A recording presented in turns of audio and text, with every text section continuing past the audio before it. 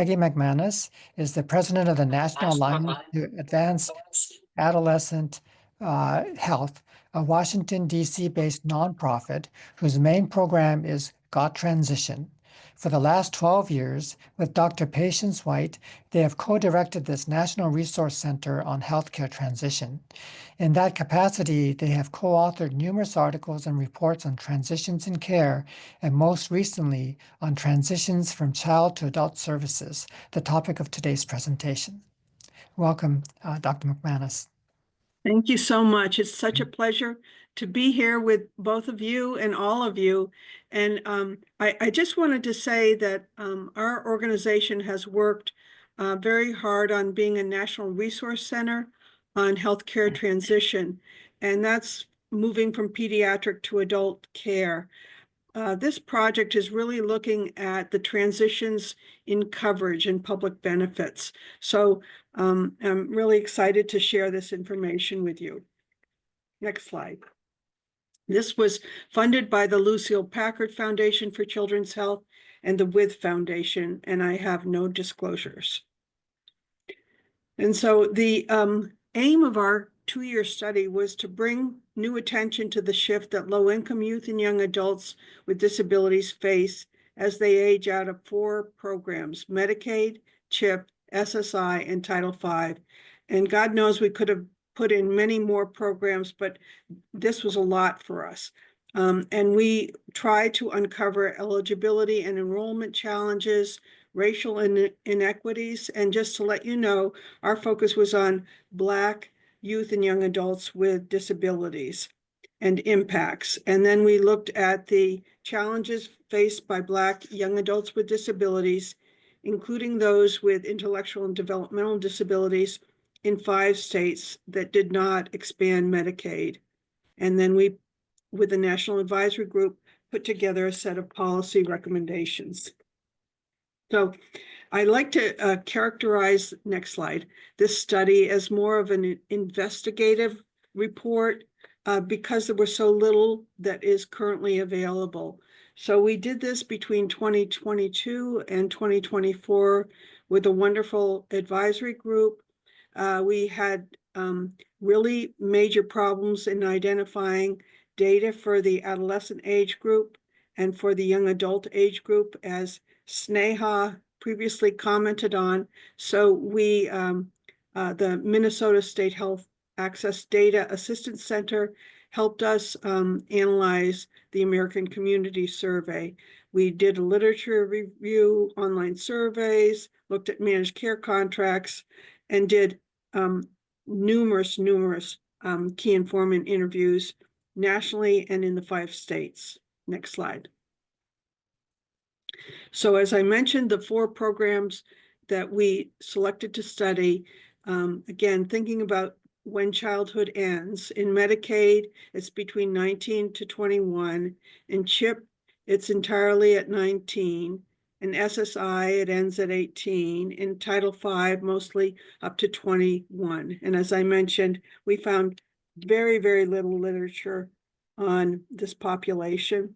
And as a result, we focus special attention on those with youth and young adults with disabilities, particularly those with intellectual and developmental disabilities, and Black young adults residing in the non-Medicaid expansion states. Next slide.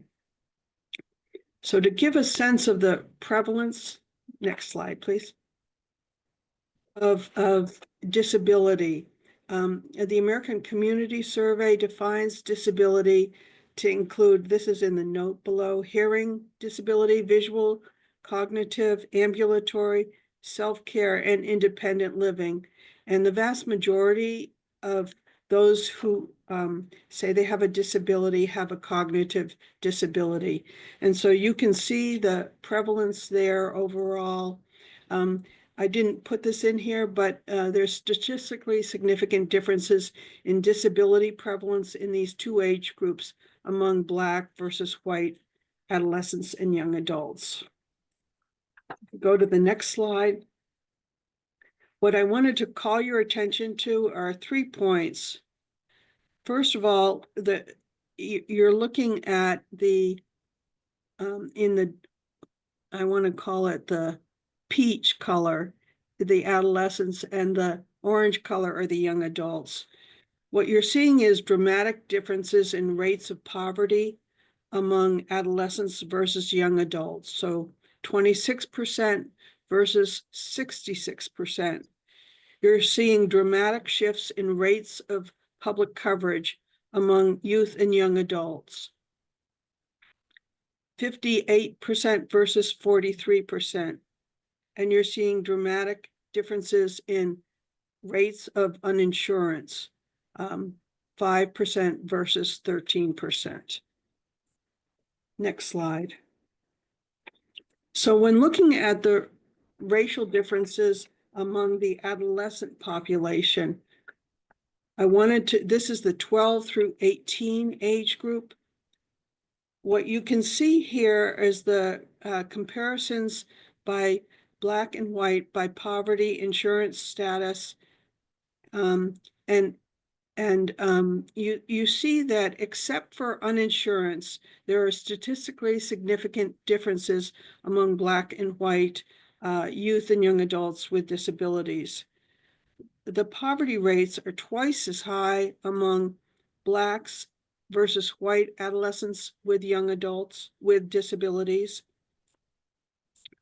The private insurance rates are almost twice as high for whites versus Blacks with disabilities. And the public insurance rates are about 1.5 times higher for Black than white adolescents. So now let's look at these same findings for the young adult population. The key points here are all of the comparison. Next slide, sorry. All of the comparisons are statistically significant. So just imagine 74% of Black young adults with disability are poor. The lower white young adult poverty rate is 64%. For private health insurance, you can see sharp differences with Blacks with having with private insurance versus whites, and far more Black young adults are publicly insured than whites, and sadly, as many as 15% of Black young adults with disabilities and 11% of whites with disabilities are uninsured. Next slide. So what we attempted to do here is to pull together a story to better understand what the challenges were. And this first slide is on Medicaid and CHIP. And what we found again is that there was no current literature at all on the characteristics of or impacts of young adults with disabilities aging out of Medicaid and CHIP. And as a result of our key informant interviews, what was raised most often is that the lower income eligibility standards for adults versus children is a major problem. Residing in a non-Medicaid, non-expansion Medicaid state, and the long wait list for waivers. Their other challenges were a lack of notification, timely notification about when eligibility ends. So often when we were looking at Medicaid contracts, we would see like a month to 6 weeks. Lack of outreach and education about insurance changes and different options for young adults with disabilities. And again, when we think about our early and periodic screening, diagnosis, and treatment program, they have done so much to inform and educate families about preventive services and the benefit that they cover, but they very, very little on when they lose that benefit. Limited availability of navigators and inconsistent sharing of Medicaid, of information between Medicaid and Marketplace. The next slide, please. I think of all the programs that we looked at, this SSI program appeared to have the most challenges. So just to let you know that at age 18, a youth's eligibility is redetermined using more restrictive adult criteria. And we found very significant gaps of information about state SSI cessation rates, but older information showed variation in the rates among states. And again, there's federal criteria, there should be some uniformity. But what we heard was that major challenges were more restrictive adult eligibility disability criteria, and over half of young adults lose their SSI eligibility during age 18. And I just want to read to you a section of the report we did about that loss. And I'll read, young adults exiting SSI after this redetermination are almost twice as likely to have health-related unmet needs after their exit as those who remain on SSI. Former child SSI recipients have high dropout rates, low employment rates, and greater income volatility.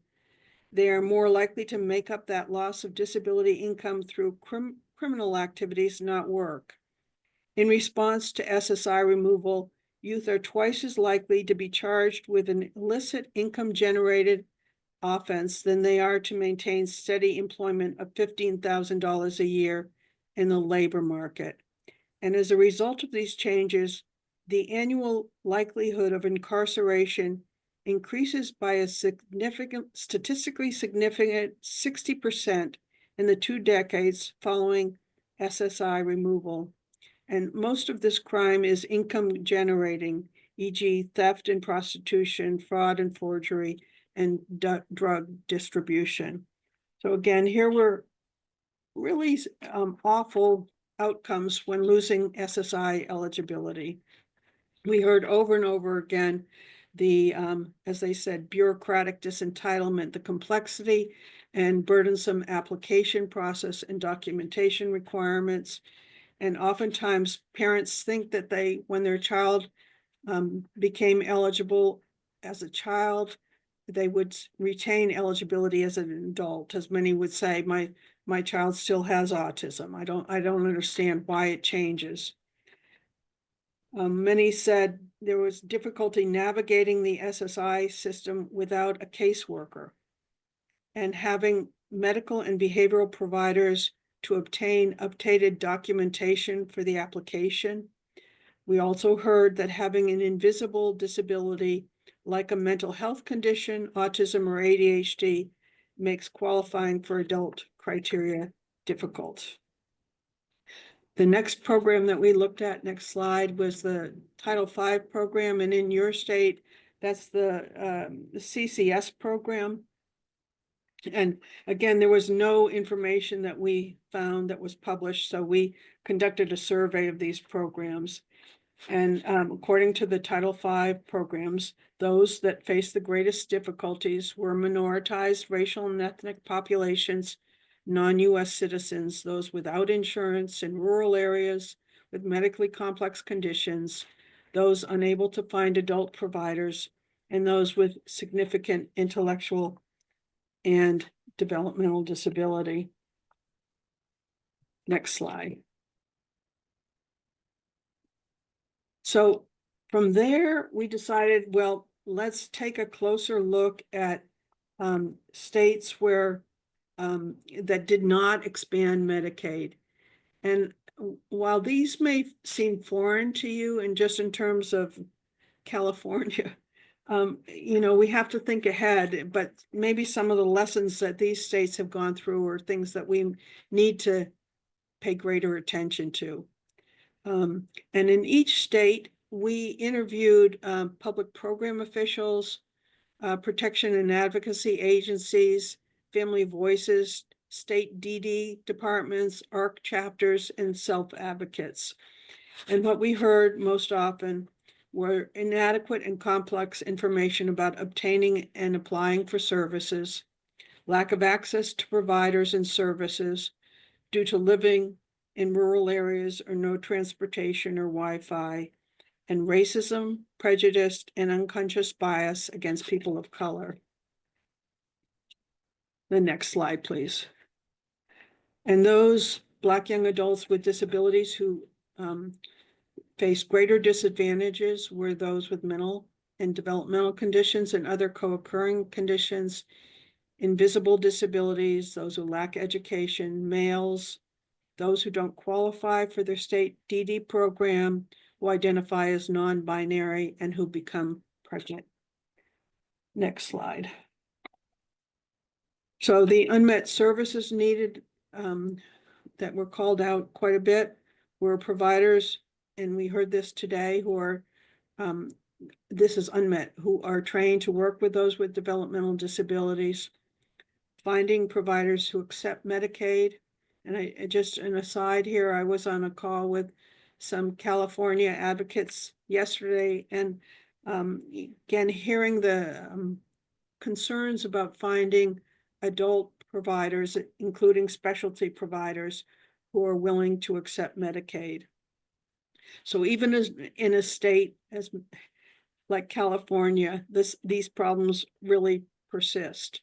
Limited access to mental and behavioral services, dental care, and specialty care.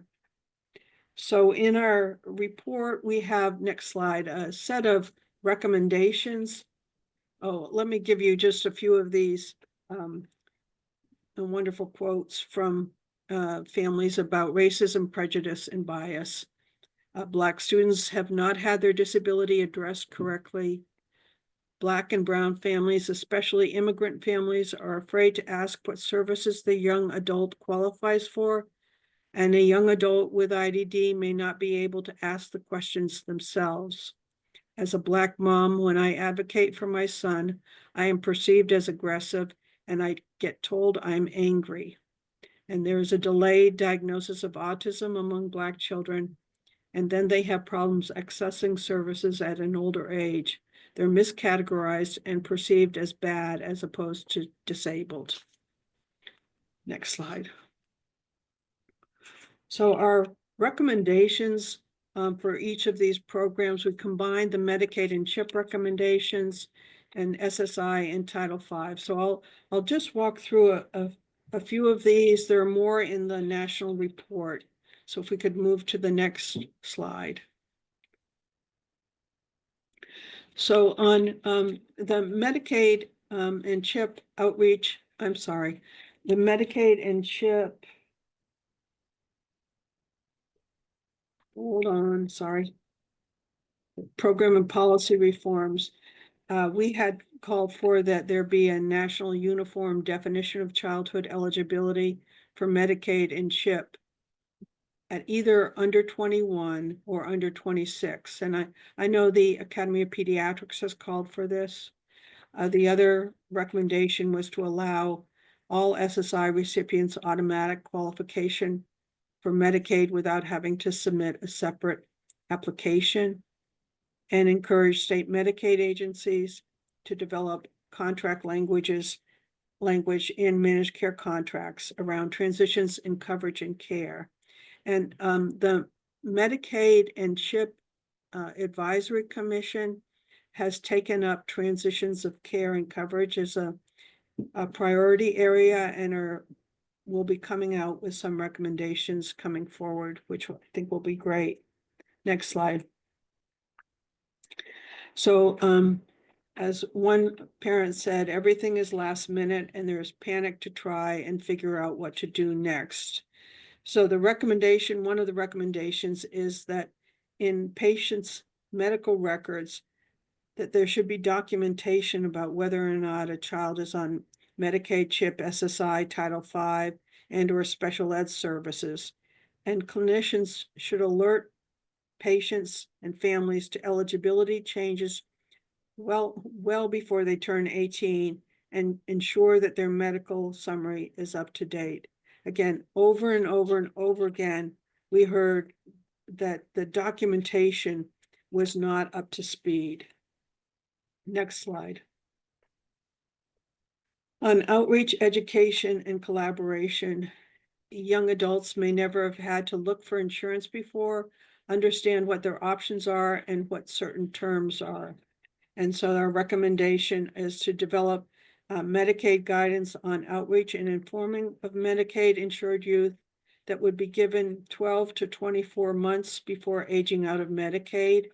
And this would include informing about the benefit changes, including related to the early and periodic screening and diagnosis and treatment program, and case management to tie them to insurance and medical, social, and other supports. CMS, I want to think it was in about 3 months ago, released a guidance memo on EPSDT, and they included some of these recommendations, and hopefully they will stay going forward. Next slide. So on the evaluation piece, as one young person said, I wish they explained more to me when I was young. In my present condition, I couldn't do a lot, like walk. The government should think about people with special complications and assist more if they have these conditions. Instead, we have to find a way for ourselves.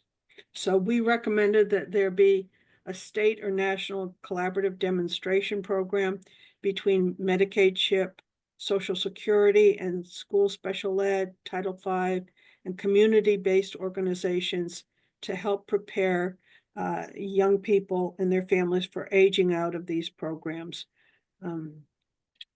Next slide.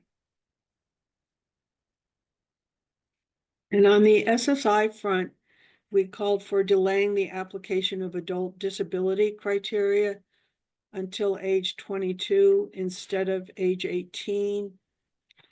And we called for creating a demonstration program to expand the use of Section 301, which allows young people 18 through 21 to stay in special ed, and then they can retain their SSI and they can retain their Medicaid coverage to make it more broadly accessible. So again, we called on them to extend that to age 26 and to include those who are on wait lists or who have pending application for vocational rehab services. Next slide. So our SSI recommendation, is that the system is impossible to navigate unless you get the right social worker or caseworker to help. So we called for establishing a simplified and streamlined application process and continuing disability reviews with input from family disability, advocacy, legal, and Medicaid eligibility experts, and creating a centralized application and appeal center to help youth and families with their applications. Next slide. So on the outreach recommendations, we, again, I mentioned this earlier, parents often assume that their child has SSI benefits for life, and they don't really understand what the difference is between child and adult eligibility criteria. We at Got Transition have been asked for many years to review the Social Security Administration brochure on turning age 18. And we ran a search, and was at the age 13, grade 13 reading level. So we called for targeted outreach, communication, and training for those nearing the age of 18, more about the redetermination process, and enhanced strategies around plain language communication and training for English and non-English speaking youth and young adults. And also include more explanation of the information the Social Security Administration would like to have as part of the continuing disability review function report. Next slide. And then addressing the problems that we and others have had with understanding the data gaps. Without more robust reporting on data on race and ethnicity from SSA, it is very difficult to review anything from individual case decisions to widespread policy changes to see if they have a racially disparate impact. And so we ask that there be a comprehensive analysis of youth and young adults with disabilities on SSI, looking at differences in rates of application, recipients, and cessations by state, race, age group, condition type, and rural versus urban. Next slide. In Title V, one of the program leaders said, we have as a country improved the life expectancy for children with certain conditions. However, in many ways, we have failed them. The reason is because they age out often without a place to transition to. We must do better. So we called for an increase in the age cutoff for state Title V programs to age 26, with corresponding funding increases to the state, and called for a consistent process for informing youth and young adults about the ending of these programs and options for ensuring continuity and coverage. And then on the tracking front, we called for establishing mechanisms to identify and track the number of young adults with special needs who age out. This was clearly not something that most states had any knowledge about, the numbers that were leaving their programs. And this could include which services that the young adult was referred to, and additional information such as race, ethnicity, and insurance status. Next slide. And then with regard to partnership, we recommend that they be greater partnership with Family Voices, Family to Family Health Information Centers, Title V care coordinators to implement a planned approach. And this could include referrals to adult programs and health-related social needs. Next slide. So I have these 3 final slides. The first one, we wrote about what was needed in 2024. And these included planning at least 2 years in advance of aging out of coverage, and making sure your medical, psychological, and IEP records are up to date and available to the youth and families, understand the changes in benefits, and using case managers to prepare for these changes, and elevating the aging out problem and these recommendations across various advocacy groups. And now in 2025, here we are. And I was just looking at California impacts, and I know, next slide, please. You have had a great presentation on that, but I'm very concerned that the California's federal funding support will drop substantially, and cuts will be made in eligibility, benefits, and payment. In the reports I've read, there was an estimated 33% enrollment decline in California. And what I want to say here is that the poverty information that I presented to you before reveals that the vast majority of those with disabilities are poor. And most people enter Medicaid through an income pathway. They don't enter through a disability pathway like SSI or waiver. So again, we want to make certain that our population with disabilities apply in terms of their income criteria. You don't limit yourself to a disability criteria. Our safety net systems will be very greatly affected, and need to discover what children, youth, and young adults will be most affected by cuts, and what alternative pathways they might have, if any, and continue to monitor the impacts on youth and young adults, especially young adults, who are going to face the biggest challenges. And I think now more than ever, advocacy is needed. So in closing, I think it's fair to say, next slide, that far too many low-income and Black young adults with disability do not receive necessary education, preparation, and support to make the shift to health insurance coverage and disability benefits as an adult. And we called on federal and state agencies, Congress, and advocates to bring attention to this transition age population. So thank you very much for the opportunity to share this information. Peggy, thank you so very much for sharing this really important data and I guess your concerns and our concerns about the near future.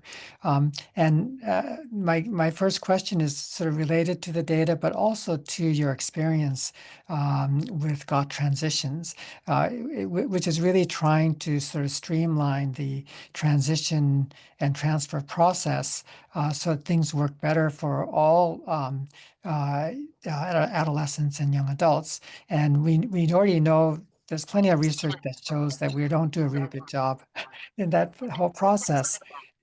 Would you, and this is sort of a little bit of a guess, but would you say that um, maybe a transition coordinator or a transition clinic well before age 18 might be something that's sort of more effective than leaving it up to each clinic or clinician or family to address the issue around healthcare transition?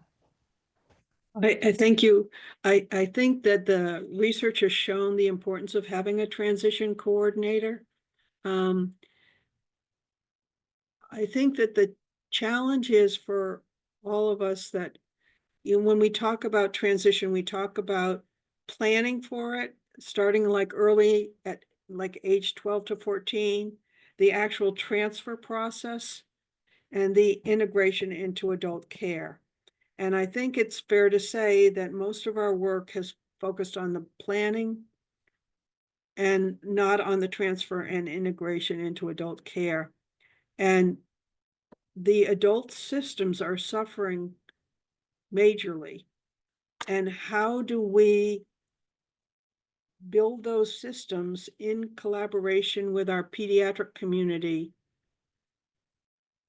to serve those with intellectual and developmental disabilities to take on the complex populations? I mean, there's no incentive for them right now. And my colleague Patience White, who is a specialty provider on the adult side, she said in her academic health center, there's not even a nurse. So the adult systems are under great stress. And so how do we plan for kind of a steady improvement in the system of care for young people?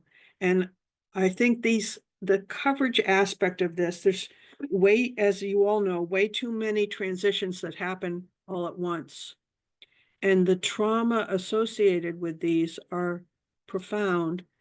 And if we don't prepare families and youth for these changes way in advance, it's such a hardship. And again, we talk about now, if you want to find an adult provider, you've got to allow at least 2 years. It's so difficult. And we need to advocate with our payers that this system is not working. And these young people are surviving and thriving into adulthood, but we don't have mechanisms to support them. And it shouldn't be the adult system is doing a lousy job. It's just that they are not supported to take on this population. So let's see. So one question is, there are 3 or 4 questions in one, but can you please clarify how clinicians should be documenting the need for services? Isn't use of ICD-10s a good way to help clinicians do this efficiently? Isn't this also a function of our regional center social workers? I think this speaks to the paucity of social work in many of our clinical settings. So I think this question really is talking about a transition coordinator. Again, it would benefit greatly, but it may be that we often speak of having electronic medical records having more functionality around transition, so that they are collecting not just the source of insurance, but also if the child is in special ed, what other of these programs?